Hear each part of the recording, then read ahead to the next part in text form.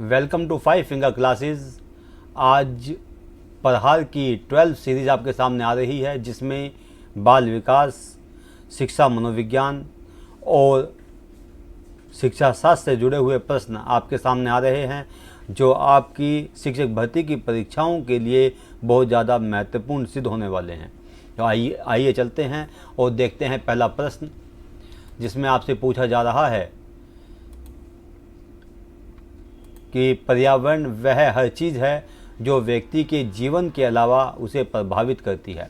यहाँ पर थोड़ा करेक्शन कर लीजिए, जीवन ना होकर के ये जीन्स है,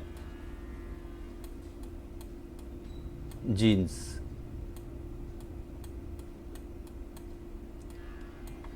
पर्यावरण वह हर चीज़ है जो व्यक्ति के जीन्स के अलावा, क्योंकि जीन्स का संबंध जो है ये हेरिडिटी से है कि इसके अलावा उसे प्रभावित करती है।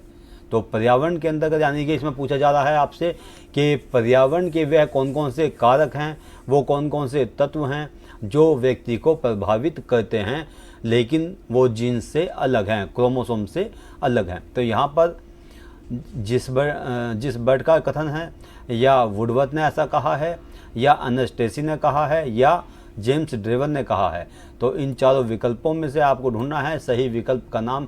तो ये सब सभी कर सकते हैं जब आपने इस परिभाषा को याद किया हो, या इस परिभाषा में दिए हुए टर्म्स को अपनी माइंड में रखा हो, जिसमें जैसे कि मैंने आपको बताया कि किसी परिभाषा को याद करने के लिए ज़रूरी है कि उसकी टर्मिनोलॉजी को अपने माइंड में रखना। जैसे इसमें शब्द में जीन्स शब्द यूज़ किया गया है, तो आपको इस शब्द को ध्यान रखना है कि इसके अलावा हर चीज़ जो है वातावरण के अंदर वह है जो व्यक्ति को प्रभावित करती है।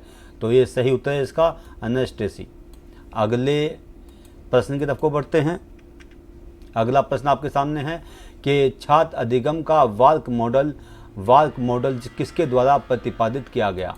तो छात्र अधिगम का वार्क मॉडल जो है ये इन चारों विकल्पों में से किसके द्वारा प्रतिपादित किया गया, दृष्टि डाल लेते हैं चारों विकल्प पर। पहला है कोहलबर्ग का सिद्धांत, जो कोहलबर्ग ने, जो लॉरेंस कोहलबर्ग थे, उन्होंने नैतिक विकास का सिद्धांत दिया। नील फ्लेमिंग ने वार्क मॉडल प्रस्तुत किया। जीन पियाजे ने संज्ञानात्मक विकास का सिद्धांत प्रस्तुत किया, और एरिक इरिक्सन ने मनोसामाजिक सिद्धांत प्रस्तुत किया, जो कि व्यक्तित्व से संबंधित है। अगले प्रश्न की तरफ को आते हैं। तीसरा प्रश्न आपकी स्क्रीन पर है कि कौन सा एक सीखने के लिए प्रमुख है।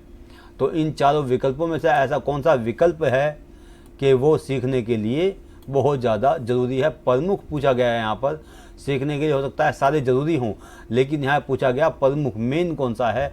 तो इनमें मेन है अनुबंधन, कि बालक जो सीखता है वो अनुबंधन की सहायता से सीखता है, चाहे वो इंस्ट्रूमेंटल कंडीशनिंग हो, चाहे वो क्लासिकल कंडीशनिंग हो, चाहे वह ओपरेंट कंडीशनिंग हो। तो किसी भी कंडीशन, कोई सी भी कंडीशनिंग हो, वह कंडीशनिंग के माध्यम से ही सीखता है।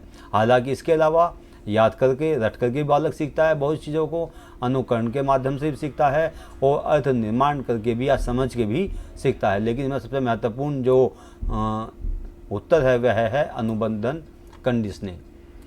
अगला प्रश्न आपके सामने आता है, निम्न में से कौन सा फ्लेंडर की अंतःक्रिया विश्लेषण प्रणाली से संबंधित नहीं है। तो ये चार विकल्प हैं। ये टेक्नोलॉजी का प्रश्न है, शिक्षण अधिगम सिद्धांत का परीक्षण एक कथन है या प्रश्न है। तो यहाँ पे देखिएगा छात्र कथन, या अभिभावक कथन, या शिक्षक कथन, या मौन कथन। तो यहाँ पर फ्लेंडर की जो अंतःक्रिया प्रणाली विश्लेषण है, उसमें अभिभावक कथन का कोई स्थान नहीं है, इसका ध्यान रखिए। उसके अंदर शिक्षक कथन दिए हुए हैं, उसमें छात्र कथन दिया हुआ है, और उसमें मौन दिया हुआ है, अभिभावक कथन इसमें नहीं दिया हुआ। आगे बढ़ते हैं। शिक्षा का अधिकार अधिनियम कब से लागू हुआ था। शिक्षा का अधिकार अधिनियम, आप देखिएगा यहाँ पर चार विकल्प दिए हुए हैं। इनमें जो सही उत्तर है वह है 1 अप्रैल 2010 से। हम केवल उसी विकल्प पर दृष्टि डाल रहे हैं जो इसका सही उत्तर है। दूसरे पढ़ते हैं तो वो कई बार वो भी जहन में बैठ जाते हैं, तो हमें सही उत्तर जो है वह अपने माइंड में बिठाना है कि 1 अप्रैल 2010 से शिक्षा का अधिकार अधिनियम लागू हुआ। अगला प्रश्न आपके सामने, छठा प्रश्न, समग्र शिक्षा अभियान को किस वर्ष लागू किया गया? समग्र शिक्षा अभियान, जिसमें सर्व शिक्षा अभियान को जोड़ा गया, रमसा को जोड़ा गया, तो 2-3 जो प्लान पहले से चले आ रहे थे, अभियान चले हुए आ रहे थे, उनको जोड़ करके समग्र शिक्षा का नाम दिया गया, जिसको वर्तमान जो केंद्र सरकार है उसने 2018 में इसको लागू किया। यानी कि 3-4 जो प्लान चल रहे थे पहले से ही, उनको कंबाइन करके यहाँ पर उन सबका नाम दिया गया समग्र शिक्षा अभियान, जो कि 2018 में प्रारंभ किया गया था। आगे बढ़ते हैं।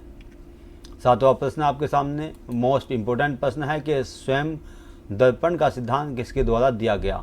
4 विकल्प हैं आपके सामने। सिगमंड फ्रॉइड के द्वारा, तो हो नहीं सकता क्योंकि आपको पता है पहले से ही कि सिगमंड फ्रॉइड ने साइकोएनालिसिस थ्योरी दी। जॉर्ज पेनी ने शैक्षिक समाजशास्त्र का प्रतिपादन किया था। जीन पियाजे ने संज्ञानात्मक विकास का सिद्धांत दिया। तो यहाँ पर अंतिम विकल्प बचता है चार्ल्स हार्टन कूले।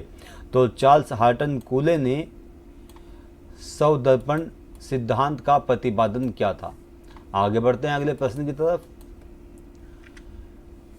यहाँ पर एक परिभाषा आपके सामने है कि सामाजिकरण सीखना है जो सीखने वाले को सामाजिक कार्य करने योग्य बनाता है।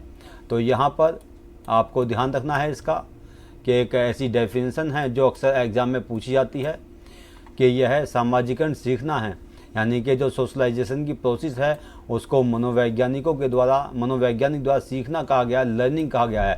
यानी कि जैसे जैसे बालक का सामाजिकरण होता है, सामाजिक विकास होता है, तो वह जो उसके सामने जो क्रियाएं हो रही हैं या आ रही हैं उन सबको अपने व्यवहार में धारण करता हुआ चला जाता है।